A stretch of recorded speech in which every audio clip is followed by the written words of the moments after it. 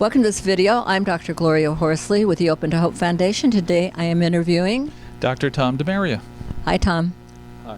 Talk a little bit about the organization that you're involved with and what you're doing. It's involved with education in the schools when there's a loss. And I was telling Tom that when my son was killed, there was nothing. In fact, as a bereaved parent, I was a psychologist teaching at the University of Rochester, and I went in and educated the school district for like 3 years after he died because my daughter was still in the school. We really have found that the work of grief really begins in schools. It doesn't have to wait till it gets to a point where the children need mental health services, that we believe it should start in the classroom. So we started a group with 10 educational organizations, everything from superintendents to the teachers' unions to school psychologists, school counselors, principals, and we came to some consensus on tenets and principles that everybody can follow in the classroom, that schools can do. We really feel that grief education should begin in the classroom, and it shouldn't wait till the child gets symptoms or starts not doing well. So, yeah, and the teachers don't want that either. I mean, it makes it difficult for them, but they don't know what to say or how to deal with it. and we find a lot of teachers want to help, but they just don't know what to say, what the words to say, and even to talk about death, what's okay to say, what's not okay to say.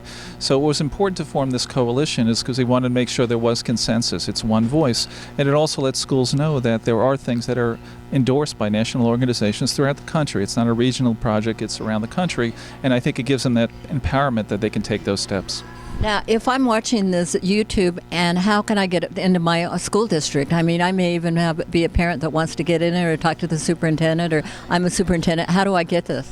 There's a website, www.grievingstudents.org. It's maintained by Scholastic, funded by the New York Life Foundation, and it's a set of videos, handouts, and other curriculum resources that can be used by school.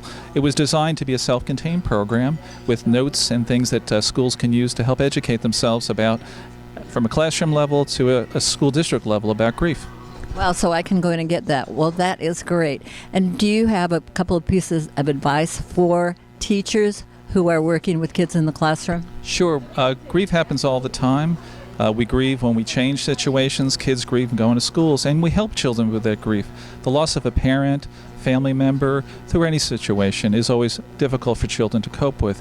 But you have it within you, and you have it within your resources to really help them. And this is a way to make sure that whatever you do, you're comfortable with, and you're not going to be hurting the child. You can really help the child by making the burden they carry a lot easier. Great. Well, give us the website again. www.grievingstudents.org. Great. Well, thank you so much for being on this YouTube today. Thank you so much. And thanks for watching this YouTube. I'm Dr. Gloria Horsley with the Open to Hope Foundation, and we want to remind you, if you've lost hope, please lean on ours till you find your own, and God bless.